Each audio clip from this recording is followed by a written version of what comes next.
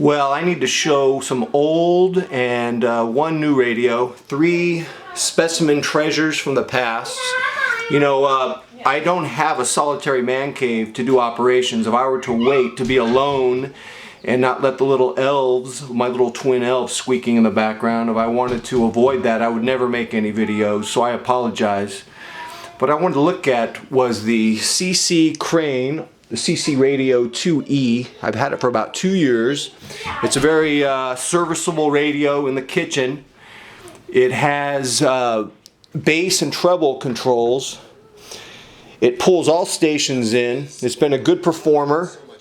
It pulls in the Pasadena KPCC here in Torrance very well. Music is fine. It's not warm, but it's fine. Let's play some jazz or classical.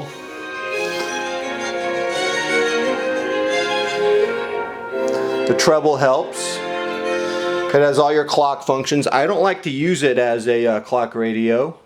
Believe it or not, my Sangean Wr2 is less likely to fall over by my bedside and grabs 89.3 KPCC better in my room. Now this CC Radio 2E gives me no problems here in the kitchen on that one station, which is about 40 miles from here. But I find the Sangean Wr2, which is about $60 cheaper, or 40 to 60 depending where you find it, to be better for that. Now this one has a bigger ferret antenna. I believe this is close to your standard 8-inch ferret antenna, which is going to give you the best AM. However, it can overload on AM, especially on a big powerhouse station like KPCC. Now, KFI, 640 KFI. Now, KFI is a huge powerhouse of a station, and it's not giving me any problems right now, but it can be really problematic in the afternoon. As you know, AM, it has a different personality depending on what time of the day it is, for those of you who study radios. I started a radio blog about 9 years ago, 2006, called Herculage, and I woke up one morning, I was listening to this little pathetic Philips generic clock radio, and I said, I don't know what, I got a bug in my butt. What the hell are you doing listening to crappy reception? You're too old for this, man. You don't need that, man. And I went on a quest to find the ultimate radio, and the one that I landed on for my bedside is the Sangean Wr2, and I bought that in 2005, and I bought 2 of them, and it's amazing. I feel badly. I don't really play it as much as I used to. I've kind of migrated to podcasting and listen to a lot of podcasts now at night. I suffer from terrible insomnia, and I need something in my ear to be a companion, so to speak, just in case I'm not sleeping. So probably one of the better modern day radios you can get. I'm not a big fan of modern day radios, unfortunately, because I find the vintages to be just far more appealing. Now, I bought this Panasonic Rf 888.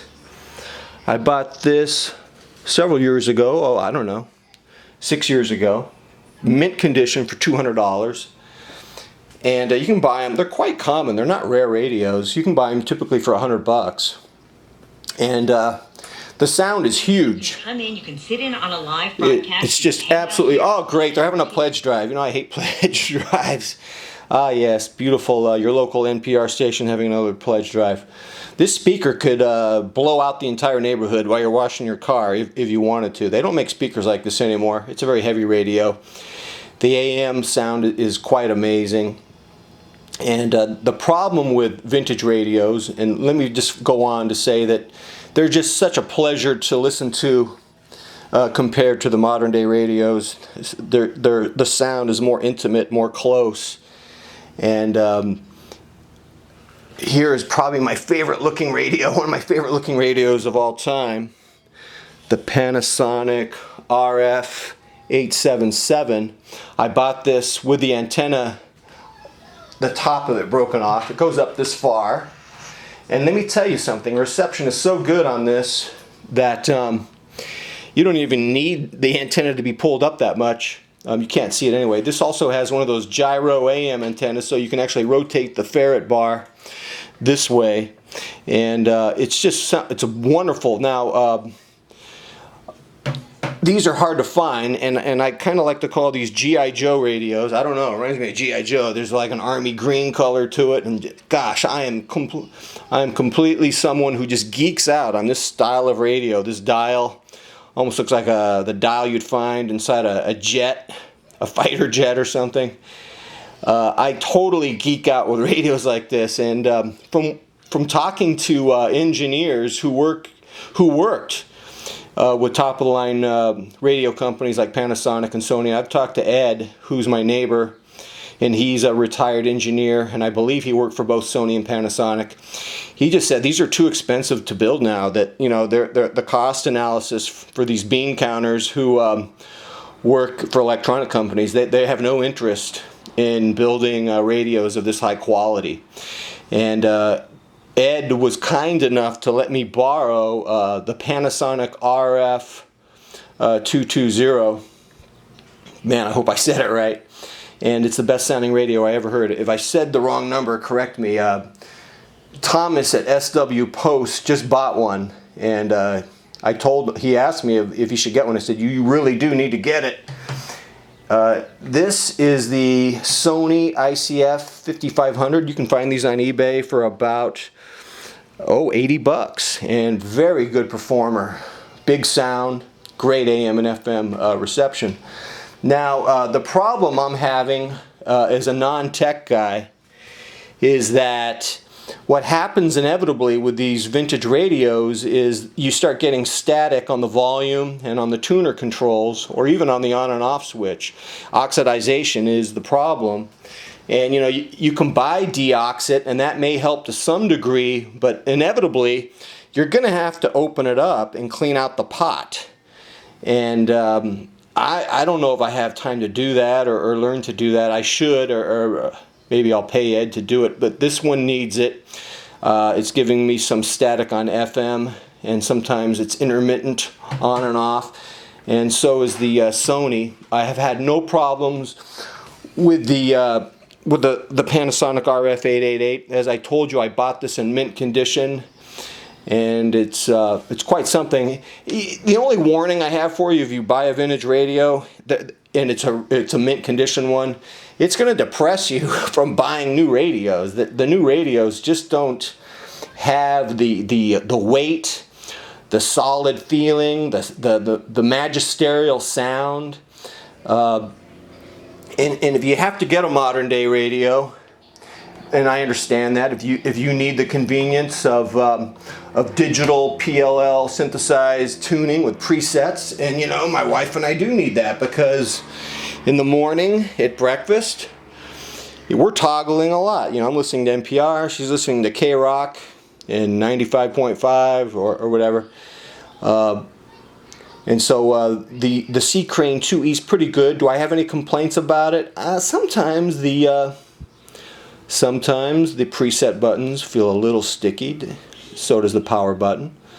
And I'm doing double clicks, but I'm not going to complain too much. It's not been a real problem. I asked my wife if she noticed that, and she said she did not. So for an all-around performer, the CC Radio 2E is good to have. I don't know what kind of interest is going to be in radio. I think podcasts are really growing. I'm curious to know how they're going to change the landscape of radio. I will say it's nice to have live radio, though, for emergencies, for news updates. You really can't replace it. I can't imagine terrestrial radio going away. Who knows what the content's going to be like, but I think there'll always be a need for live news, and it feels good to be connected to live news. And on the other hand, I mean, someone could argue, look, I have a smartphone and I'm getting news updates through that at a far more efficient way. So you can take your radio and kiss it goodbye. Maybe that's true. You know, I don't want to be a Luddite or someone who's fixated on the past. I will say that you know, the radio, you know, I don't want to confuse nostalgia with functionality. And to my credit, I have migrated at night to listening to podcasts. So my final thing is, people have complained who've read my Herculodge blog. Well, you're not posting enough radio reviews, and it's all about watches now, McMahon. What's your problem? And yeah, I am a watch obsessive, which is another story. I don't want to talk about it here.